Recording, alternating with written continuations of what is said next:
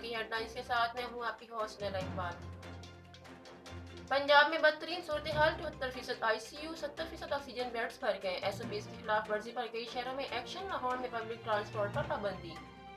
وزیراعظم عمران خان نے N C سی کا اجلاس آج طلب کر لیا۔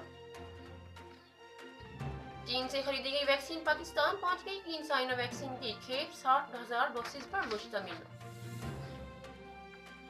آئی ایم ایف نے $50 کروڑ کی اگلی قسط جاری کر دی۔ 1,95 کروڑ ڈالر مل چکے ہیں۔ اسٹیٹ بینک کی قسط موصول ہونے کی تصدیق۔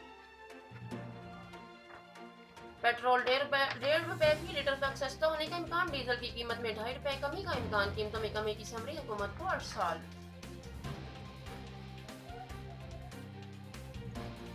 اسحاق ڈار ہوں، حفیظ شیخ یا اسد عمر، پالیسی میں زیادہ فرق نہیں۔ موجودہ نظام میں کوئی وزیر خزانہ کامیاب نہیں۔ سابق چیئرمین ایف بی آر شبر زیدی کے معیشت کی سرجری کی تجویز۔ تمام ہمسایوں سے پرامن تعلقات چاہتے ہیں۔ امن کے لیے کشمیر سمیت تمام مسائل کا حل ضروری قرار۔ وزیر اعظم عمران خان کا بھارتی ہم منصب نریندر مودی کا جوابی خط۔ کورونا کے خلاف بھارتی عوام کے لیے نیک خواہشات کا اظہار۔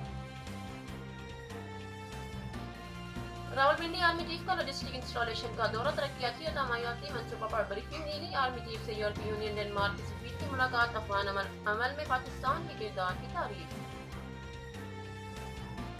جس کے آئینی حدود سے تجاوز کے رجحان کو روکنا ہوگا۔ جج کو جذبات نہیں، قانون کے دائرے میں رہنا چاہیے۔ سپریم کورٹ نے محکموں میں بھرتیوں سے متعلق فیصلہ کالعدم قرار دے دیا۔